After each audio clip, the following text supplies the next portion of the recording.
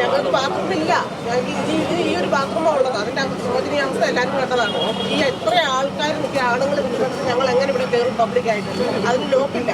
ഒന്നാമത്. രണ്ടാമത് ഞങ്ങൾ പമ്പിലാണ് പോയിക്കൊണ്ടിരിക്കുന്നത്. ഇപ്പം ഇന്നലെ ഹൈക്കോടതി ഒരു നിയമം വന്നു, പമ്പിൽ പോകാൻ അവർക്ക് പറ്റുന്നവരെ മാത്രമേ കയറ്റാൻ പറ്റുള്ളൂ. അവരാവശ്യമുള്ളവർ എന്നുള്ളത്. അപ്പം ഞങ്ങൾക്ക് പമ്പിൽ പോകാൻ പറ്റില്ല. ഞങ്ങൾ രാവിലെ തൊട്ട് വൈകുന്നേരം വരെ രാത്രി 11 മണി വരെ രാത്രി നിൽക്കുന്ന ആളാണ്. രാവിലെ തൊട്ട് വന്നിട്ട് വൈകുന്നേരം 11 മണിയാകുമ്പോൾ എൻ്റെ ഇൻസിഡൻറ്റിൻ്റെ ടൈമിൽ ആ ടൈമിൽ നിൽക്കുന്നത് എനിക്ക് ബാത്റൂമിൽ പോകാൻ മാർഗമില്ല. അങ്ങനെ ഞങ്ങൾക്ക് ലേഡീസ് മിക്കവർക്കും അസുഖങ്ങളാണ്. ഈ വെള്ളവുമില്ല, ബാത്റൂമിൽ പോകാൻ പറ്റാതെ വരുമ്പോൾ വെള്ളം കുടിക്കാൻ മടിയാണ്. ബാത്റൂമില്ലാത്തവർക്ക് വെള്ളം കുടിക്കാൻ പറ്റുന്നില്ല. അങ്ങനെ ഞങ്ങൾക്ക് പ്രശ്നങ്ങളാണ്, ആരോഗ്യപരമായിട്ടുള്ള പ്രശ്നങ്ങളുണ്ടാകും. അതാണ് നമുക്ക് വേണ്ടത്. പിന്നെ ഈ അകത്തുനിന്നുള്ള പെരുമാറ്റം നമ്മൾ ചെന്നാലും അവരങ്ങനെ നിങ്ങൾ വേണമെങ്കിൽ കൊണ്ടുപോയാൽ മതി എന്നുള്ള രീതിയിലാണ് അവർ സംസാരിക്കുന്നത്.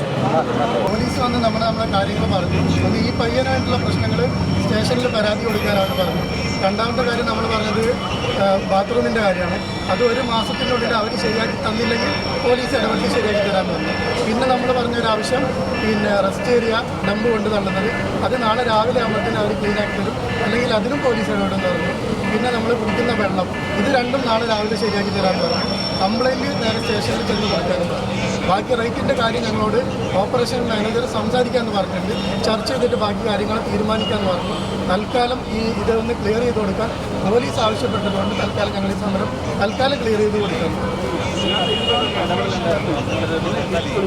അല്ല, മറ്റേ ഇവിടുത്തെ പിക്കേഴ്സ് എന്ന് പറയുന്ന ഒരു 4-5 ആൾക്കാർ അവർ ഗുണ്ടകളെ പോലെ ഇന്നത്തെ ഒരു ദിവസത്തെ കാര്യം മാത്രമല്ല. അതായത് ഈ ഒരു കുറച്ച് കാലങ്ങളായിട്ട് തന്നെ നമ്മൾ കംപ്ലൈൻറ്റ് ചെയ്യുമ്പോൾ അവരവിടുന്ന് ആ രീതിയിലാണ് നമ്മളോട് പെരുമാറുന്നത്. ഷൗട്ട് ചെയ്യുക, ലേഡീസ് നിൽക്കുമ്പോഴും തെരുവിളിക്കുക, അവരതിനുള്ളിൽ തന്നെ നമ്മളോടുള്ള ദേഷ്യത്തിന് അവരുമായിട്ട് തെരുവിളിക്കുക, കാരണം മോശമായിട്ടുള്ള വാക്കുകൾ പറയാം. പുറത്ത് വരുമ്പോൾ പിടിച്ചിട്ട് നമ്മളെ അവരെ കൈവെക്കണം എന്നുള്ള രീതിയിൽ പ്രകോപിപ്പിച്ച് കാരണം അവർക്ക് ക്യാമറ എന്നുള്ള ഒരു സിസ്റ്റം അതിലിട്ട് അതൊക്കെ മറ്റേ പ്രകോപിപ്പിച്ചിട്ട് നമ്മളെ കൊണ്ട് എന്തെങ്കിലും ചെയ്യിപ്പിക്കുക എന്നുള്ള ആ ഒരു ഇതിൻ്റെ പേരിലാണ് അവർ ചെയ്യുന്നത്.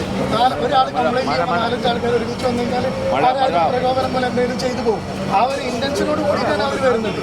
അപ്പോൾ അതുകൊണ്ടാണ് ഞങ്ങൾ ഇത്രയും ആൾക്കാർ ഡെലിവറി നിർത്തി വെച്ചത്. ഒരുപാട് പ്രശ്നങ്ങളുണ്ട്, റേറ്റ് കാർഡിൻ്റെ പ്രശ്നങ്ങളുണ്ട്, പിന്നെ സെർച്ചിൻ്റെ പ്രശ്നങ്ങളുണ്ട്, നമുക്ക് കിട്ടിയിരുന്ന എമൗണ്ടിൻ്റെ പ്രശ്നങ്ങളുണ്ട്, കുടിക്കുന്ന വെള്ളം പ്രശ്നം, പിന്നെ ബാത്റൂമിൻ്റെ പ്രശ്നം. എല്ലാ പ്രശ്നങ്ങളും സഹിക്കട്ട സമയത്താണ് ഒരു സ്ട്രൈക്കിലേക്ക് ഞങ്ങൾ സംഘടനകളൊക്കെ മാറ്റി നിർത്തി, സംഘടനകളില്ലാത്ത ഡെലിവറി ബോയ്സ് ഇവിടെ ഓടുന്നവർ മാത്രമായിട്ട് ഒരു സ്ട്രൈക്കിലേക്ക് വന്നത്. അതിനാണിപ്പോൾ ചെറിയൊരു താൽക്കാലിക ഒരു തീരുമാനം പോലീസ് വന്നിട്ട് നമ്മളോട് പറഞ്ഞത്. നമ്മൾ അംഗീകരിക്കാൻ തയ്യാറായതുകൊണ്ട് തൽക്കാലത്തേക്ക് നിർത്തി വെച്ചിരിക്കുന്നത്.